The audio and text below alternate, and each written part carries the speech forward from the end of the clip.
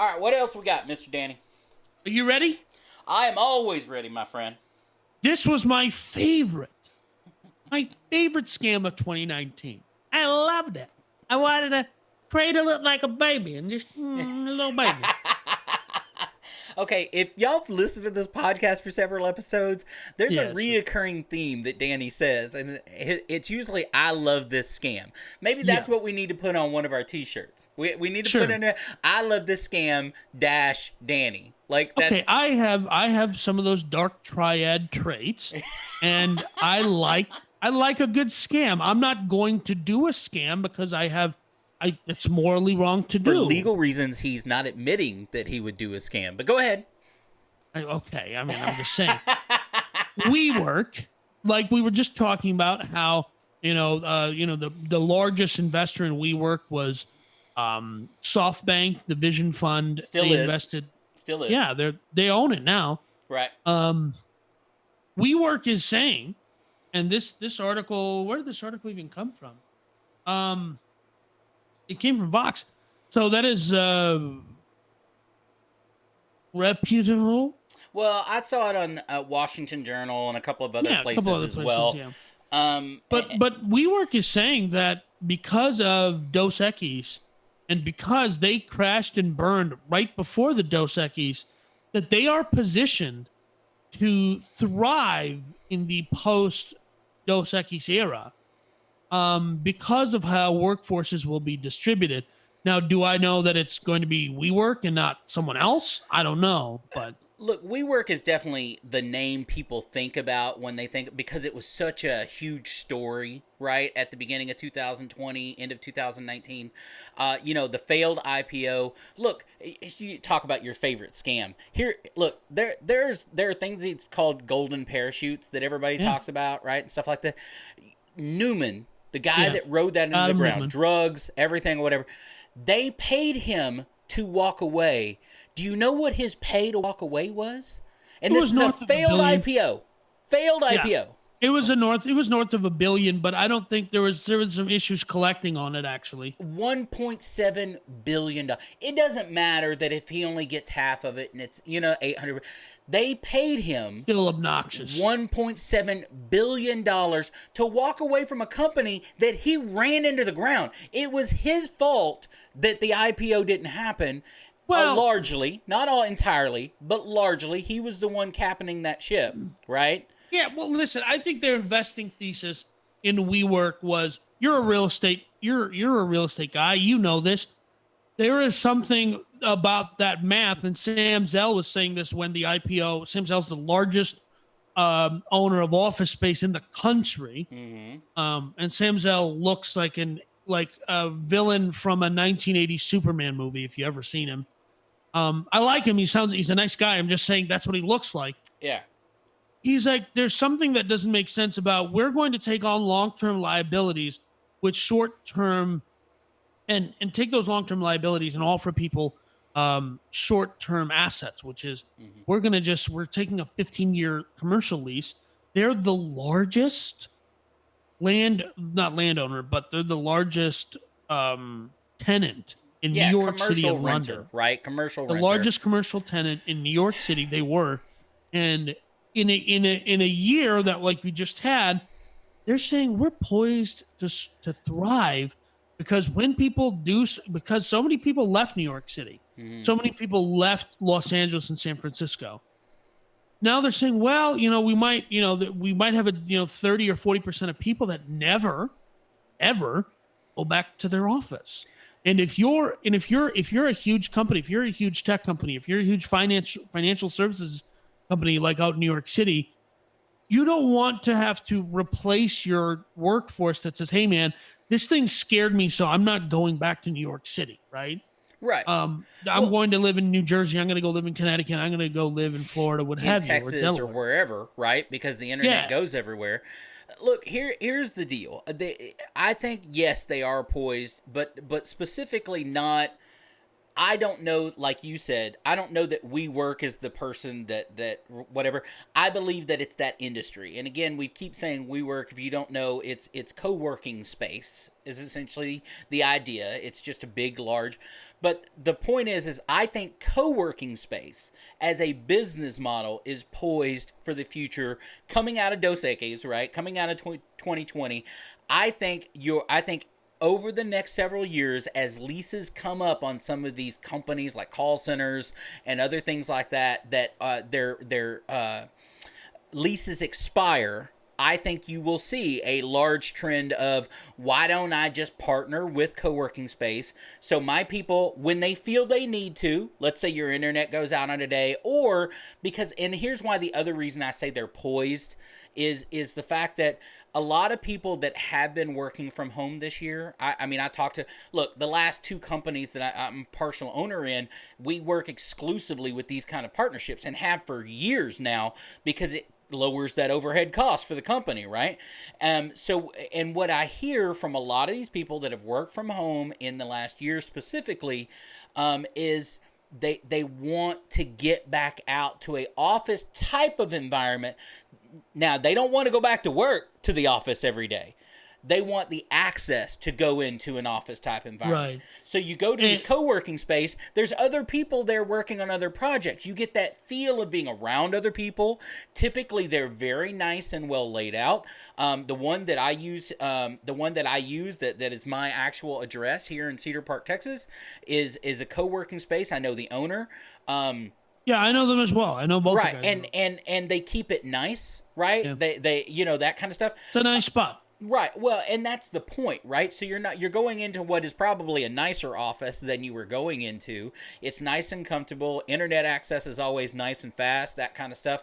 So I think you got both things working for you. You got companies. Yeah, you moved there from Regis, right? You were at a Regis office before. Regis is who we originally had a partner with. Right. And then when I joined this other company and became an owner in this next company, Regis was with the last company. Yeah. And so I developed another partnership with the new company with our local guys here.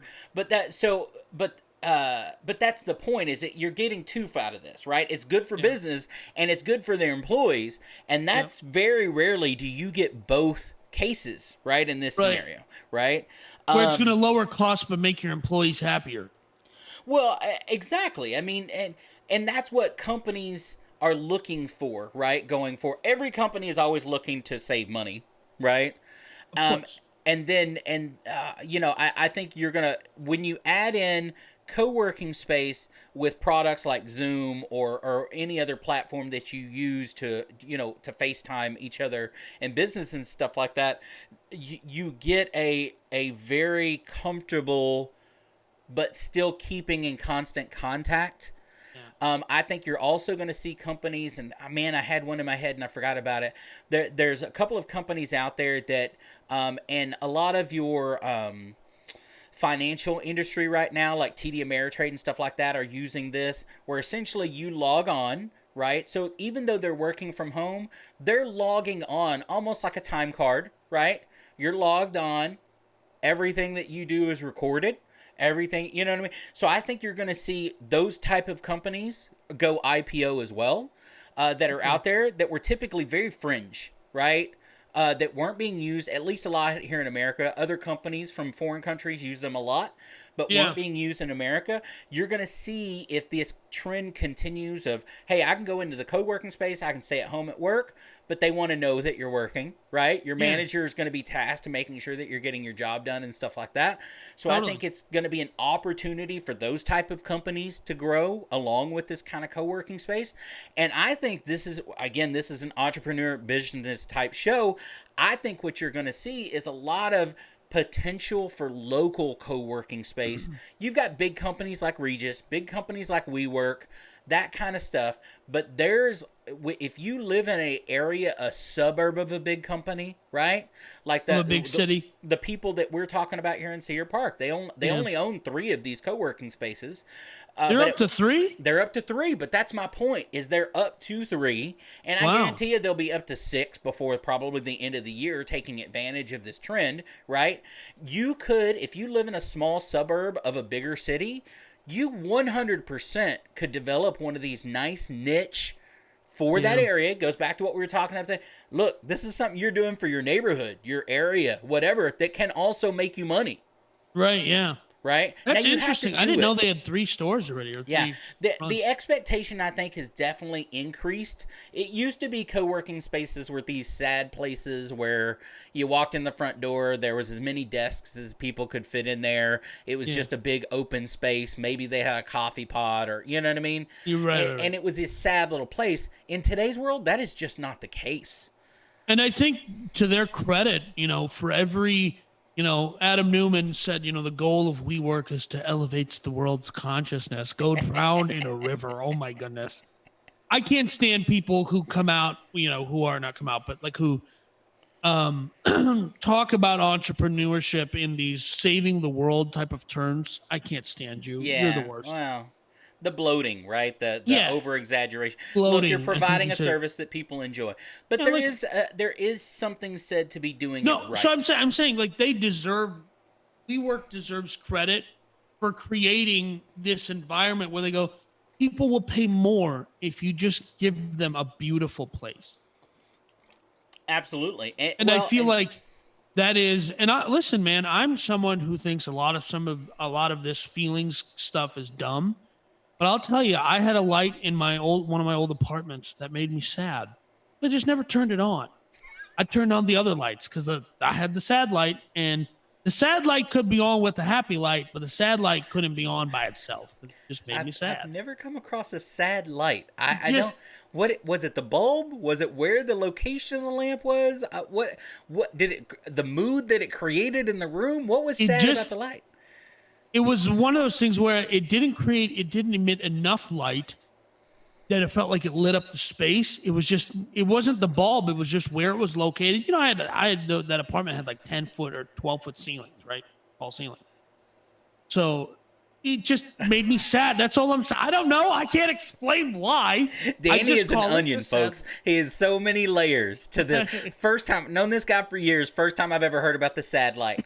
Yes. I just You know what? And you want to know something? In my parents' house, I have the exact same feeling when they have their family room, a dining area, and the kitchen all right in one great room. okay. And if just the family room light is on, I feel sad. But if it's any other combination of lights, it's fine. But if it's just that one, it makes me sad. I don't know why. So if you're creating a co-working space, make Don't sure put there's no sad sad lights. lights. That's what Danny's trying to get across here. Happy lights. No sad lights, only happy No, lights. but I'm just saying, like, I've walked into offices like you're talking about, and they're like where that clip of Wolf of Wall Street where he walks into that strip mall trading desk, and it's a sad place.